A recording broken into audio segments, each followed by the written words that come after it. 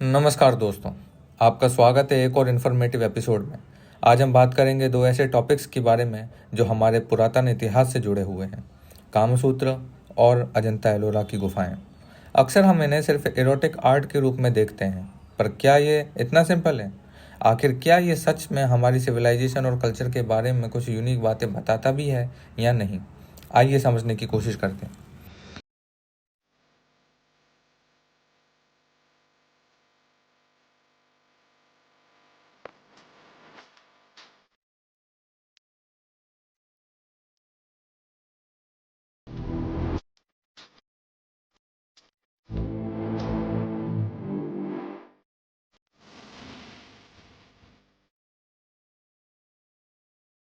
सबसे पहले समझते हैं कामसूत्र के बारे में। कामसूत्र जो महर्षि वत्सायना द्वारा लिखा गया था, वो लगभग 3rd सेंचुरी सीई के आसपास का एक टेक्स्ट है। पर यहाँ एक मिसकंसेप्शन है। कामसूत्र सिर्फ एक सेक्सुअल मैनुअल नहीं है, बल्कि ये उस समय का जीवन और उस समय के व्यक्तित्व को दर्शाता है। एक सर्वे के हिसाब से 65% पॉपुलेशन कामसूत्र को सिर्फ एक एडल्ट कंटेंट के तौर पे देखती है, जबकि इसमें व्यक्ति के इमोशनल और सोशल लाइफ के बारे में बहुत कुछ बताया गया है। अब आ जाते हैं अजंता और एलोरा की गुफाओं पर। ये महाराष्ट्र के औरंगाबाद में स्थित हैं और यूनेस्को के हिसाब से ये 2nd सेंचुरी बीसी से लेकर 5th सेंचुरी सीई के बीच में बनाए गए थे। अजंता की केव्स मेनली बुद्धिस्ट हैं और एलोरा में हिंदू, बुद्धिस्ट और जैन टेम्पल्स का संगम है।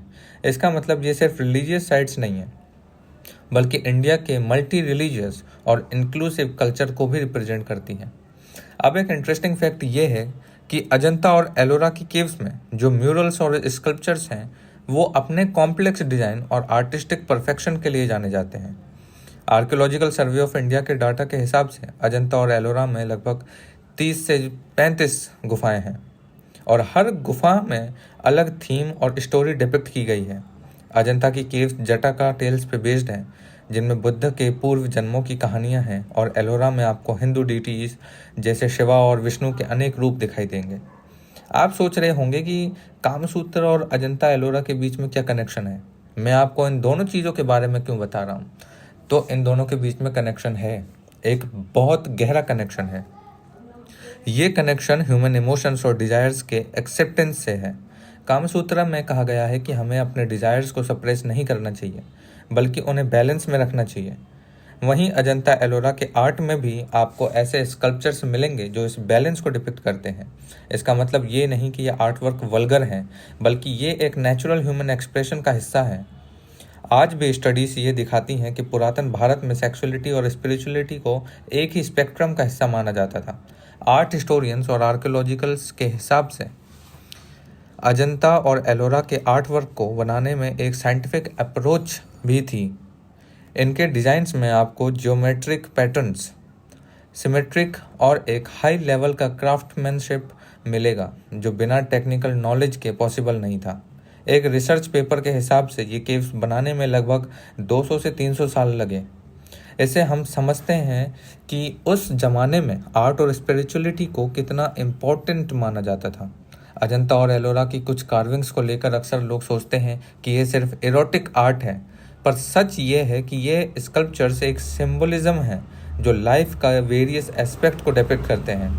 नेशनल म्यूजियम का एक स्टडी आई थी जिसके हिसाब से अजंता और एलोरा में सिर्फ 5 से 10% आर्ट वर्क में एरोटिक इमेजरी है।